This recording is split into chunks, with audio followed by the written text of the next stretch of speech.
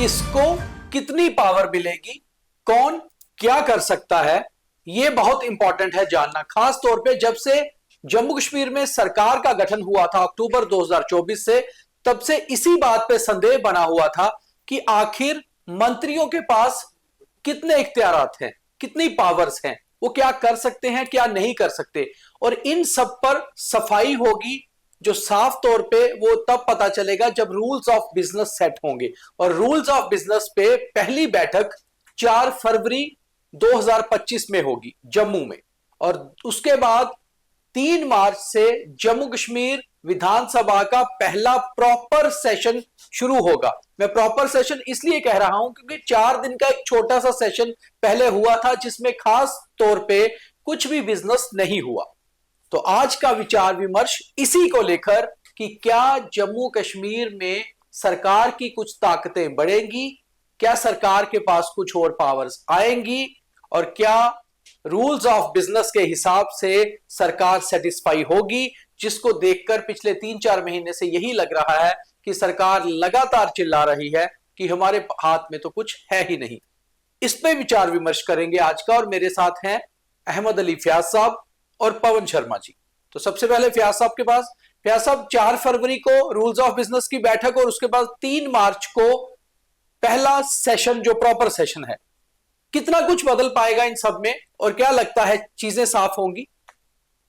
ये बहुत इंपॉर्टेंट बात है कि budget session Jammu Kashmir assembly का पूरे 7 साल के बाद हो रहा है जी। जो आपने और मुझे कवर किया है लास्ट टाइम, ये 2018 का मार्च था जिसमें बजट सेशन यहाँ पे हुआ था, और महबूबा मुफ्ती जी की सरकार थी उस वक्त। उसके बाद अब 7 साल के बाद हो रहा है। बिल्कुल। जैसे कि आप जानते हो और हमारे नाजरीन भी कि जो असेंबली होती है ये किसी कायदे कानून के तहत चलती है। पहले जम्मू कश्मीर में बाई कैमरल असेंबली थी, उसमें लेजिस्लेटिव काउंसिल भी था, लेजिस्लेटिव असेंबली थी। तो जो रूल्स बने थे उसमें लिखा था कि इस तरह से लॉ बनेगा, उसके बाद ये लेजिस्लेटिव काउंसिल में जाएगा, उसके बाद गवर्नर के पास जाएगा, लेफ्टिनेंट गवर्नर का उसमें लफ्ज ही नहीं था। अब 2019 में जो तब्दीलियां हुई हैं रीऑर्गेनाइजेशन एक्ट के बाद, उसमें ये जरूरी बन गया था कि जम्मू कश्मीर की जो नई असेंबली है जिसमें सिर्फ असेंबली है, कानून साज काउंसिल को एबॉलिश किया गया है, अब वो नहीं है, तो इसमें कैसे कायदे कानून होंगे।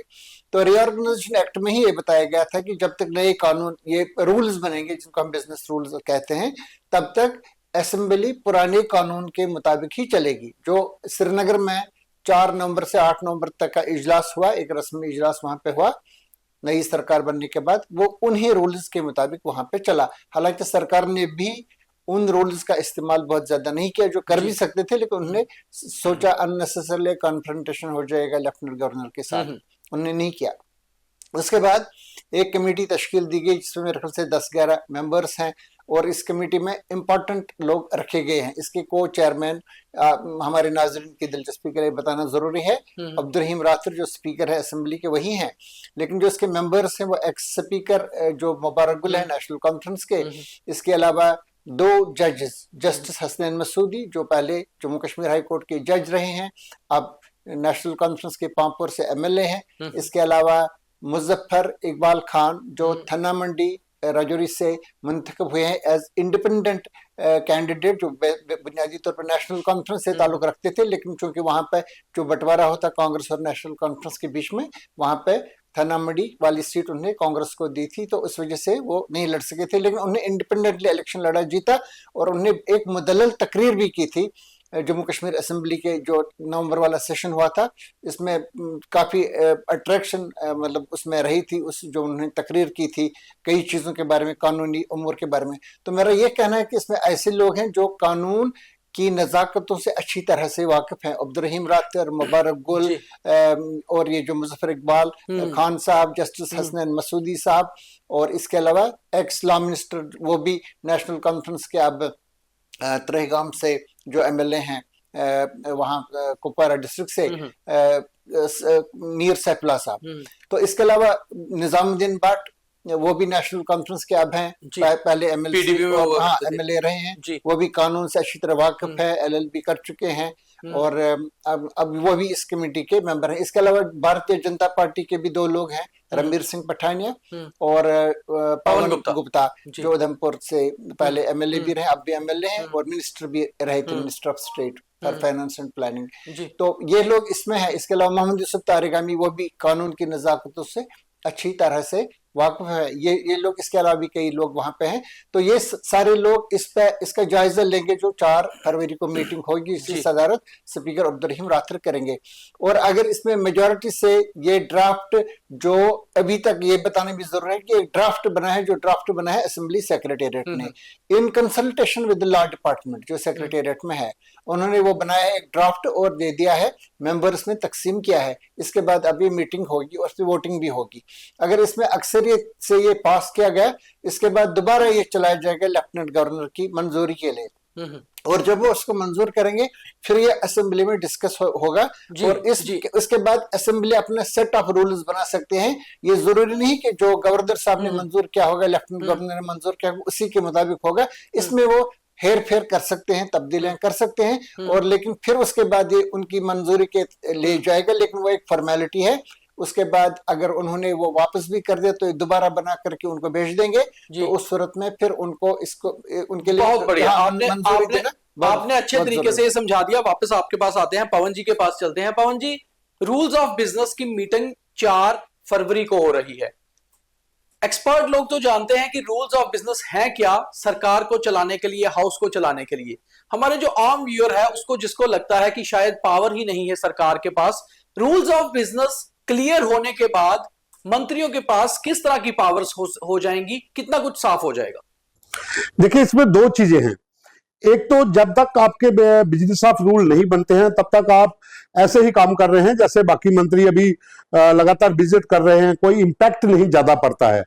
अपनी पावर्स जो हैं वो आपको मंत्री तो बना दिया गया है, लेकिन आपका सेटअप नहीं है। जब तक, जैसे फयाज साहब कह रहे हैं कि कानूनी जो सलाहकार लोग हैं, जब तक वो लोग मिलकर बैठकर बिजनेस जो रूल है वो सेटअप नहीं करते, तब तक आपकी जो पावर्स है वो नॉर्मल है, वो आप उन्हें कुछ ज्यादा महत्व नहीं दे सकते हैं। और दूसरा कोई भी विधायक जो जीत के असेंबली में पहुंचा हुआ है वो तब तक अपना सवाल, अपना कोई भी मुद्दा उस तरीके के साथ नहीं रख सकेगा जब तक बिजनेस जो रूल है वो सेटअप नहीं होते।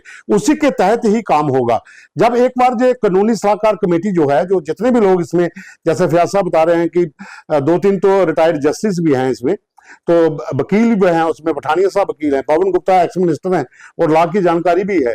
तो ऐसे जब लोग बैठेंगे उसके बाद सेटअप पूरा हो जाएगा। उसके बाद सही तरीके से असेंबली चलाने के लिए बिजनेस ऑफ रूल का होना बहुत जरूरी है। और जब तक कमेटी पूरा अपना फ्रेम करके काम करके जब तक उसको एक स्वरूप नहीं दे देती, तब तक जो पावर्स है वो आप उन्हें कुछ भी नहीं कह सकते हैं। हाँ, एक बार सब सेटअप हो गया, बिजनेस रूल आपके बन गए, उसके बाद असेंबली सेशन भी होना है जो मार्च में होना है। तो उससे पहले सबके पास बात रखने के लिए, तर्क देने के लिए अपने पास कम से कम भी वो पावर का एक रोड मैप होगा, जिसके जरिए वो असेंबली के अंदर बात रख पाएंगे और लोगों के मुद्दे भी डिस्कस कर पाएंगे।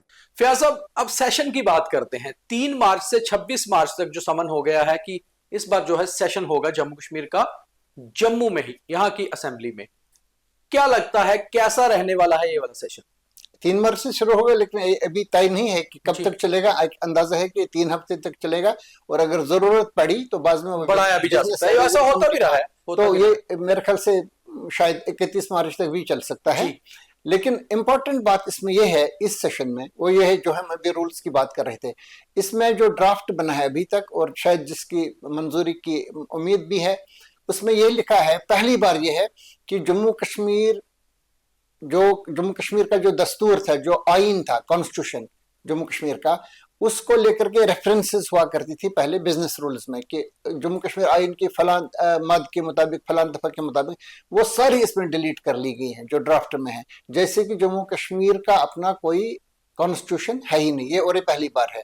इसके अलावा जो रेफरेंसेस रिगार्डिंग लेजिस्लेटिव काउंसिल थी, जो जिसको अपर हाउस कहते हैं, वो सारी की सारी इसमें खत्म, क्योंकि लेजिस्लेटिव काउंसिल है ही नहीं। वो तो ड्यूटी के चलते है ही नहीं। हाँ, इसके अलावा लेफ्टिनेंट गवर्नर के पास जो विभाग हैं, जो डिपार्टमेंट है, जैसे कि होम डिपार्टमेंट है, इसके अलावा एसीबी है, अकाउंटेबिलिटी कमीशन जो है, ये जो ब्यूरो है, ये भी इनके पास ही है। हालांकि ये सेक्रेटेरिएट में जनरल एडमिनिस्ट्रेशन डिपार्टमेंट का हिस्सा है, ये भी उनके पास है।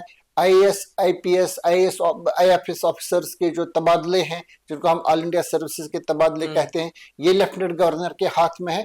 इन डिपार्टमेंट्स को लेकर के बिल्कुल ये बात क्लियर की गई है कि इनको लेकर के कोई सवाल ही नहीं पूछा जाएगा, न कोई मंत्री इसका जवाब देगा, क्योंकि ये डिपार्टमेंट किसी के मंत्री के पास है ही नहीं। ये सबसे बड़ी डेवलपमेंट, जो फर्क है पहली असेंबली में और इस असेंबली में, वो सबसे इंपॉर्टेंट है।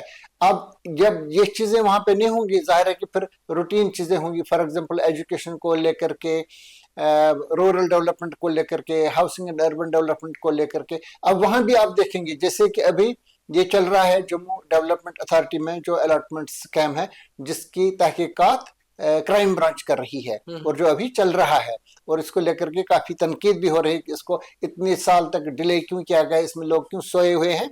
अब इस पे सवाल कोई पूछेंगे तो मामला क्राइम ब्रांच का है, तो वहां पे ये बताएंगे कि ये मामला पर्टेन करता है क्राइम ब्रांच को, क्राइम ब्रांच होम डिपार्टमेंट का हिस्सा है, तो ये सवाल ही मत लाइए। ये बहुत सारे सवाल ऐसे हैं जो यहाँ पे आएंगी नहीं, तो एक तरह से बिल्कुल कंप्लीटली एक लैक क्लस्टर असेंबली ये बनेगी, जिसमें वो दिलचस्पी नहीं रहेगी जो पहले थी। हाँ, ये एक शुरुआत है, अब हो सकता है कि इसके बाद जो असेंबली खुद इस पे अपना गौर खोज करेगी, उसमें वो कोई तब्दीलियां करेंगे, लेकिन अभी तक यही लग रहा है कि जब तक स्टेटहुड वापस नहीं आएगा तब तक खास जाम जो है वो नहीं बचा है, ऐसा लग रहा है फयाज साहब। हाँ, बिल्कुल सही बात है। तो चलिए फयाज साहब, अब पवन जी के पास चलते हैं। पवन जी, जैसे फयाज साहब कह रहे हैं कि कुछ खास बचा नहीं है अब इस असेंबली में, क्योंकि जब आप सवाल ही नहीं पूछ रहे, खास तौर पे होम के सवाल, सबसे ज्यादा सवाल जम्मू कश्मीर में होम से मुतल्लिक होते हैं, चाहे लॉ एंड ऑर्डर हो, चाहे टेररिज्म से रिलेटेड इशू हो, चाहे क्राइम से रिलेटेड हो, चाहे ह्यूमन राइट्स से रिलेटेड हो। तो पवन जी, आपको लगता है फिर इस बार हाउस चाहे 3 हफ्ते चले या 4 हफ्ते, हाउस में वो चार्म नहीं रहेगा, वो खबरें, वो सवाल नहीं रहेंगे जैसे पहले हुआ करते थे, और जैसे खासतौर पे पिछले 4 दिन के हाउस में जो हमने देखा नवंबर में हल्ला गुल्ला हुआ, तो आपको लगता है इस बार कुछ वैसा होने वाला नहीं है? शांत रहेगा, बिल्कुल शांत, सवाल नहीं पूछने का। सवाल यह है कि जब आपके कोई घपला हो गया लैंड डिस्प्यूट के ऊपर लेकर, किसी की गिरदावरियां जो है, लोगों के जमीनों के मसले होते हैं, वो क्राइम ब्रांच में हैं, आप सवाल नहीं कर सकते। पुलिस के ऊपर सवाल आप नहीं कर सकते। आपके थानेदार, आपके डीवाईएसपी जिन इलाकों में काम कर रहे हैं, बहुत से केस ऐसे हैं जहां पर लोगों से जुड़े हुए हैं, उसके ऊपर सवाल नहीं कर सकते। लोग एमएलए के पास जाएंगे, जी हम पुलिस से बहुत तंग है, एमएलए सदन में वो सवाल नहीं कर सकता है। लॉ एंड ऑर्डर के ऊपर जैसे बात आती है, कोई भी रिलेटेड इसका इशू है, आप सवाल नहीं कर सकते हैं। तो आपके पास बचा क्या?